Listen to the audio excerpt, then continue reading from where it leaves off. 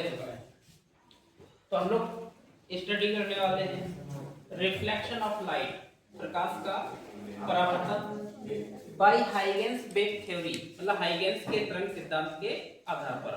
इससे पहले हम लोग किसका परावर्तन पढ़ चुके हैं? प्रकाश का ही परावर्तन, लेकिन वो प्रकाश किरणों के आधार पर था। अब हम किसके आधार पर पढ़ने वाले हैं? तरंगों के आधार पर। और तरंगें किस रूप में चलती है? वेव फ्रंट, तरंगाग्र के रूप में चलती है। तो इसके लिए हमें क्या दिखाना है? परावर्तन। तो परावर्तन के लिए एक ऐसा सरफेस चाहिए होगा जो प्रकाश का परावर्तन कर सके। जैसे हाँ, कांच। कांच नहीं, सीधा आप दर्पण कह सकते हो। कांच तो पारदर्शी भी हो सकता है। तो क्या लेंगे हम? एक प्रकार का दर्पण, या एक हम ऐसा सरफेस लेंगे जिसमें वो सिस्टम बना हो। देखिएगा गौर से, हमने एक सरफेस लिया, इसको रिफ्लेक्टिंग कर देंगे।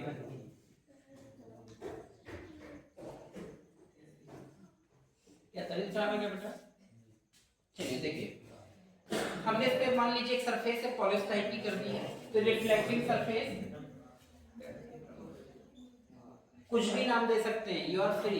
हमने फिलहाल एक्स डैश दे दिया। क्या नाम दे दिया? हॉरिजॉन्टल तो एक्स नाम दे सकते थे, एक्स डैश। अब मान लीजिए कि इस पर एक तिरछा तरंगाग्र रखा हुआ है।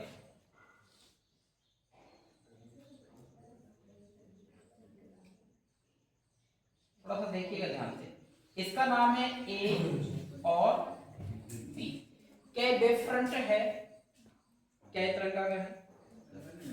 नहीं पता। क्यों? ये वेव फ्रंट नहीं है। कौन सा वाला? तीन प्रकार के होते हैं। समतल वेव फ्रंट। और अगर हमें किरणें बनानी होगी तो हम ऐसी बना देंगे। प्लेन वेव फ्रंट है कि नहीं है? बस प्लेन वेव फ्रंट ये कैसा रखा है? सीधा।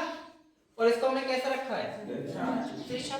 अब आप पढ़ चुके हैं परावर्तन अपवर्तन में कि प्रकाश की किरण तिरछी डालोगे तभी आईआर बनेंगे, और तल के लंबवत डालोगे तो आईआर 0 हो जाएंगे। इसलिए तिरछा रखा, ऐसे ना रख के ऐसे रख दिया है। ढेर सारे बना सकते थे, हमने एक बनाया है। अब ध्यान दीजिएगा थोड़ा, इसको और अच्छा समझाने और समझने के लिए हम इस पर किरण बना देते हैं। किरणें, और किरणें कैसी बनती है इस पर? तो मान लीजिए अगर ये ऐसा है तो किरण ऐसे जाएगी। अब ये ऐसे ना रख के ऐसे रखा है, तो किरण ऐसी बात बनानी है कि तुम्हें देखने से लगे कि ये 90 अंश है, दोनों तलों को देखने से लगे कि 90। तो फिर इस पर हमने किरण बनाएंगे, वो इस टाइप से बनाइएगा कि देखने से आपको लगे कि हाँ इनके और इनके बीच का कोण कितना है? 90। ऐसा नहीं कि आप 90 दिखा दे, लग नहीं रहा लेकिन कह दिया। तो अब प्रकाश की किरणें हर जगह बना सकते हो। तो हमने दो पार्ट ले लिए, लोअर पार्ट और यहां पर भी बना दिया।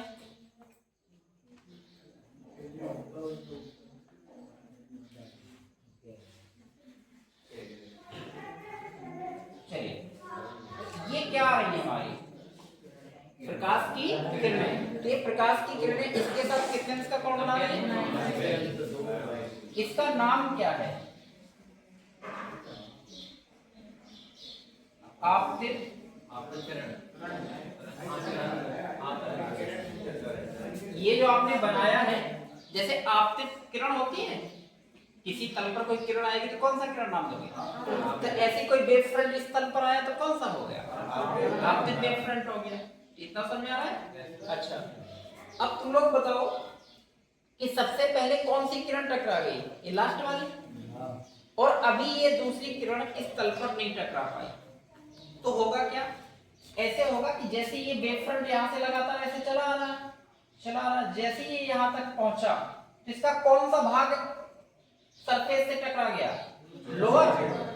ये लोअर पार्ट टकरा गया, और जैसे ही टकराएगा तो टकराने के बाद क्या होता है? परावर्तन। Very good. तो परावर्तन ए पॉइंट का होगा कि बी पॉइंट का? पहले ए का हो जाएगा, क्या बी का होगा? बी का क्यों नहीं होगा? क्योंकि अभी उसे इस तल पर टकराने के लिए और समय चाहिए। तो ये होता कैसा जाएगा? ये ध्यान देना मूवमेंट को, ये यूं होता जाएगा, अर्थात इस पार्ट को आगे जाना और इस पार्ट को टकराकर उठना। ऐसे तो होता है कि जैसे प्रकाश की किरण यहाँ आई फिर टकराएगी फिर ऐसे जाएगी। तो ये किरण टकरा के जाने लगेगी, लेकिन ये किरण अभी भी आगे चलती जाएगी। तो इसका कैसा बनेगा चित्र? यूं, मतलब ये ऐसे घूम जाएगा, ये हिस्सा ऊपर जाने लगेगा और ये हिस्सा नीचे। मतलब इसको आगे बढ़ना है और इसको टकरा के परावर्तित होना है। तो चित्र बनेगा कैसा समझो। तो ये किरण को हम आगे तक ले गए, तो जितने समय में ये पॉइंट यहां से यहां पहुंचा, नाम दे दो यहां पर ए डैश, तो जितने समय में यहां से यहां पहुंचा उतने समय में ए कहां पहुंच गया होगा? कहीं तो पहुंच गया होगा। तो मान लीजिए यहां कहीं पहुंच गया,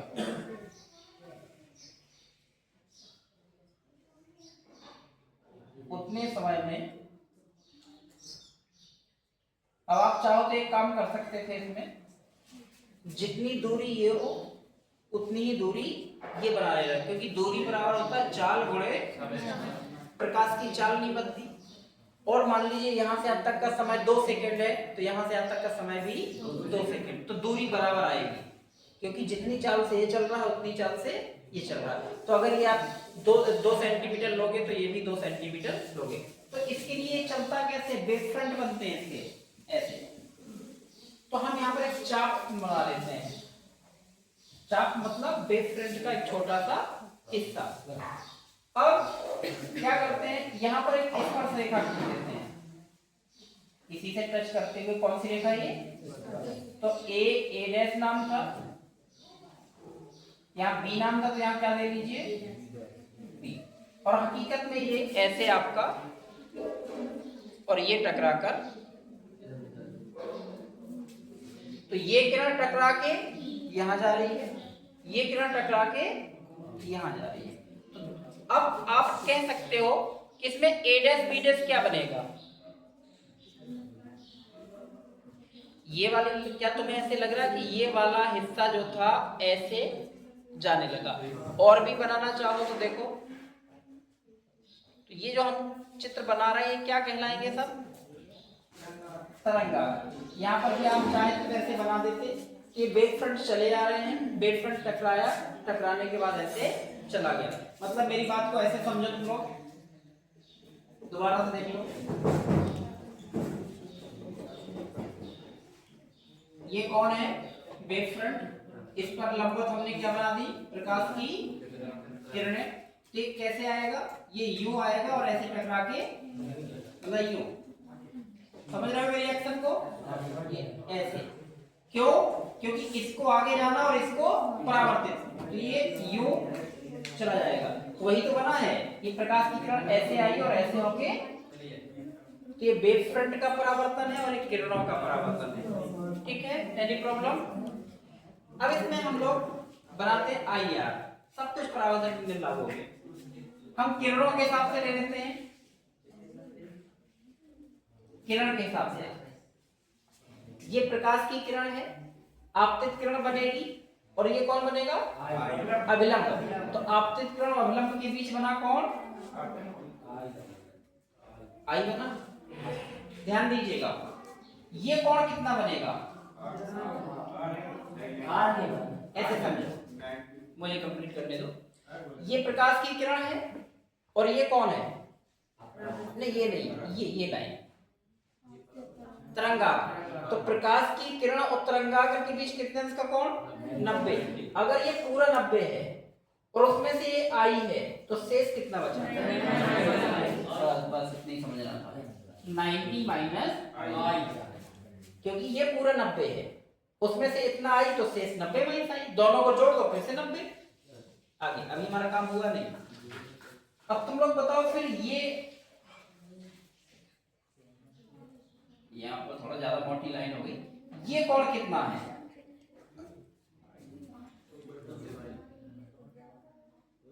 अब ऐसे नहीं समझो, ऐसे समझो, ये अभिलंब है और ये तल है, अभिलंब और तल के बीच कितने अंश का कोण है? 90। और 90 में से इतना कितना है? 90 माइनस आई, तो ये नहीं, पूरा कोण देखो, ये पूरा कोण कितना होगा? ये अभिलंब है और ये तल है, अभिलंब और तल के बीच कितना कोण? 90। और 90 में से इतना कितना है? 90 माइनस आई, तो शेष कितना है?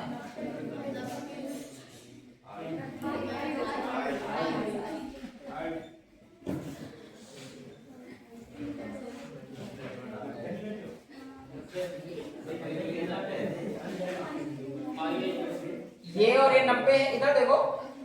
अरे भाई ये पूरा पूरा कोण कितना है? इसके और इसके बीच का कोण कितना माना जाएगा? 90। और 90 में से इतना कितना है? 90 माइनस आई, तो शेष कितना होगा? आई। अब दोनों को जोड़ दो तो कितना बचेगा? समझ में आ रही है कुछ बात? नहीं समझ में आ रही तो दिक्कत वाली बात है। ये आई होगा। आगे आ जाओ।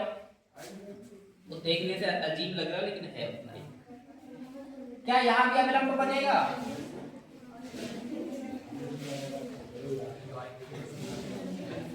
देखो कैसे, ये कौन सी किरण है? परावर्तित। और ये अभिलंब। परावर्तित अभिलंब के बीच, परावर्तित किरण अभिलंब के साथ जो कोण बनाती है उसे परावर्तन कोण कहते हैं। अब ये परावर्तित किरण है और ये परावर्तित तरंगाग्र है। ये आपतित है और ये, तो परावर्तित तरंगाग्र और किरण के बीच कितने अंश का कोण? यहाँ 90 है, तो ये कितना बचा? ये बचा 90 माइनस इसकी, लेकिन हमें जरूरत है नहीं, हमें जरूरत है इसकी। ये कोण कितना है? अब देखना, ये कोण कितना है? 90। और 90 में से कितना है? 90 माइनस आर, तो शेष कितना होगा? आर। क्योंकि 90 माइनस आर में हम कितना जोड़ दें? आर, तभी तो 90 बचेगा। तो ये 90 माइनस, या ऐसा कह लो, ये आर, ये 90 माइनस आर, तो टोटल हो गया 90। तो ये पूरा कोण कितना हो गया? आर। कहीं डाउट है तो घर पे इसको बना बना के चीजों को समझना। बस इतना याद रखना है, तरंगाग्र और प्रकाश की किरण के बीच कितना कोण बनता है? 90। और अभिलंब और तल के बीच भी कोण कितना बनता है? 90। ये दो चीज याद रखोगे तो ये चीजें आपको समझ में आ जाएंगी। आगे देखो,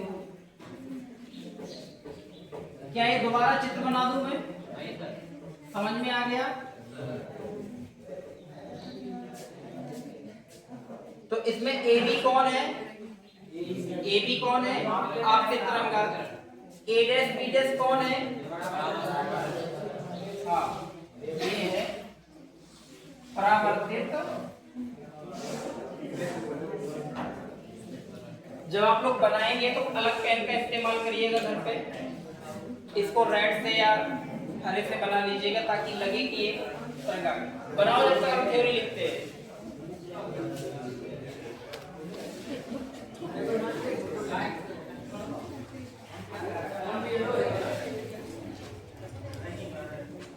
माना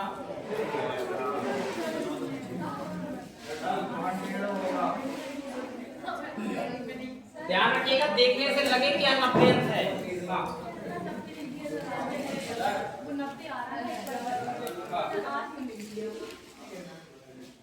ये वाला हमें एक त्रिभुज चाहिए, उसमें sine theta cos theta sine theta लगाना है, इसलिए आर आई चाहिए, इसलिए आई आर की जरूरत है हमें।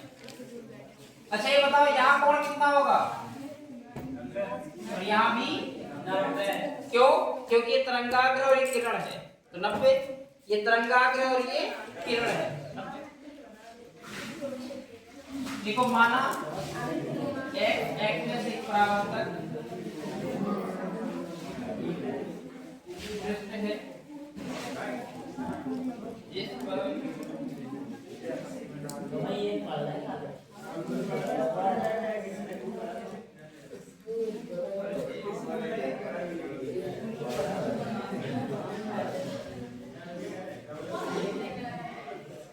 बात ना करो, रिकॉर्ड हो रही सबकी आवाजें, शांत रहो।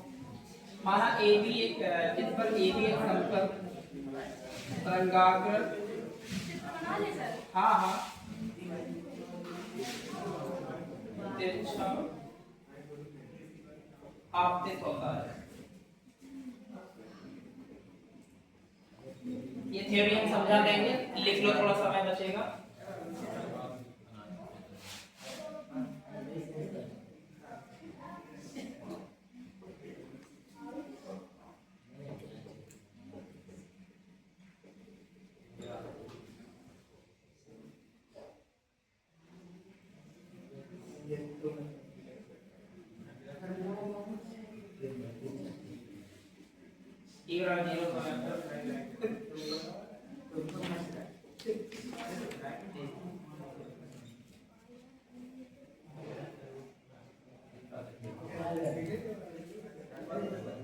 टकराता है।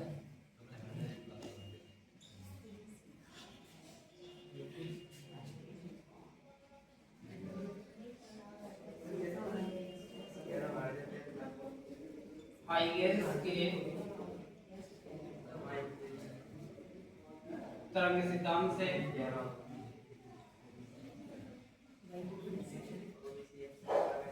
तरंगाग्र पर स्थित प्रत्येक बिंदु, थोड़ा थ्योरी है, डेरिवेशन छोटा है। द्वितीयक तरंगिकाओं का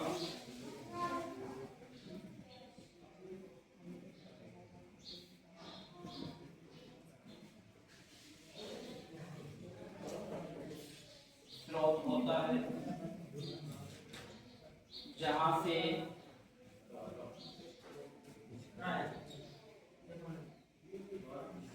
तरंगें प्रकाश की चाप से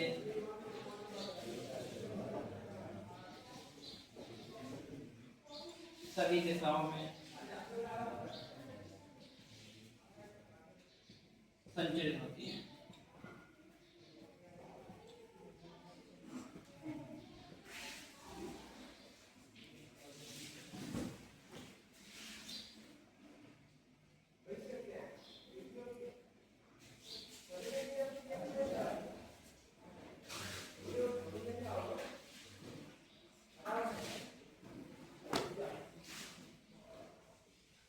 माना टी समय में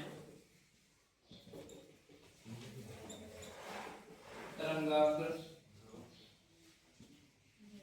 का बी सिरा ए डैश पर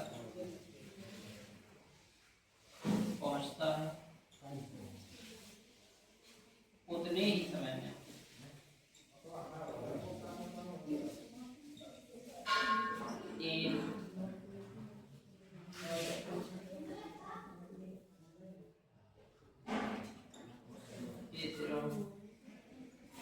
परावर्तित होकर बी डैश पर पहुंच जाता है। बताओ ए डैश बी डैश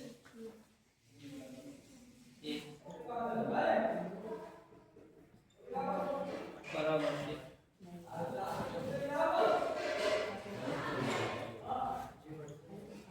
इतना लिखो थोड़ा।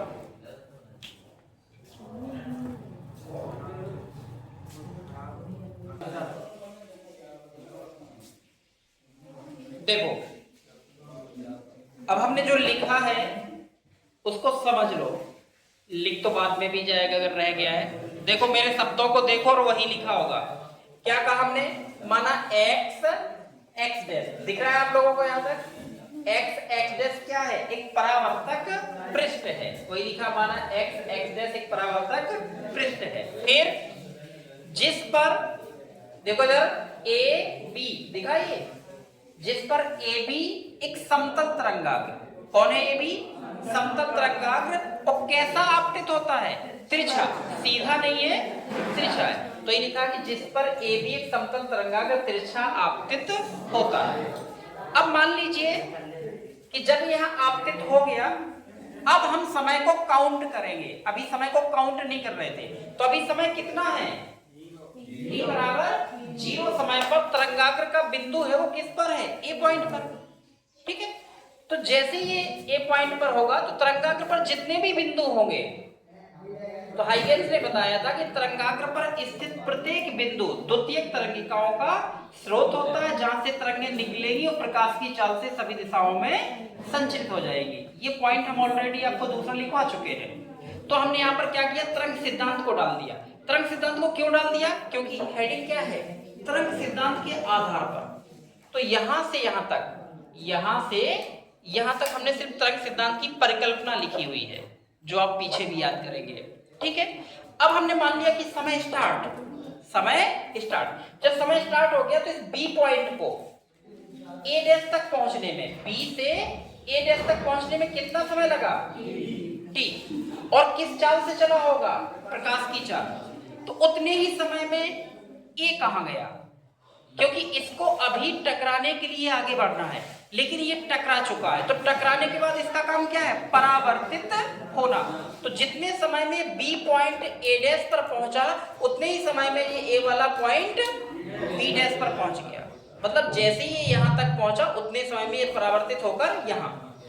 तो पहले हाँ, तो इसका हल क्या हो गया, ऐसे यू, मतलब ये ऐसे मुड़ा और ये सिरा यहां आ गया और ये वाला सिरा यहां। तो फिर ये बी डैश और ए डैश ये क्या बन गया, परावर्तित तरंगाग्र। अब एक परावर्तित तरंगाग्र आगे लगातार बढ़ते जाएंगे। तो ये सारे के सारे कौन है, आपतित, और ये कौन है, परावर्तित। आपतित है तो आपतन कोण आई होगा, परावर्तित है तो परावर्तन कोण आर होगा। वही ये सब लिखा है। क्या लिखा आपने, ए डैश बी डैश एक परावर्तित तरंगाग्र है।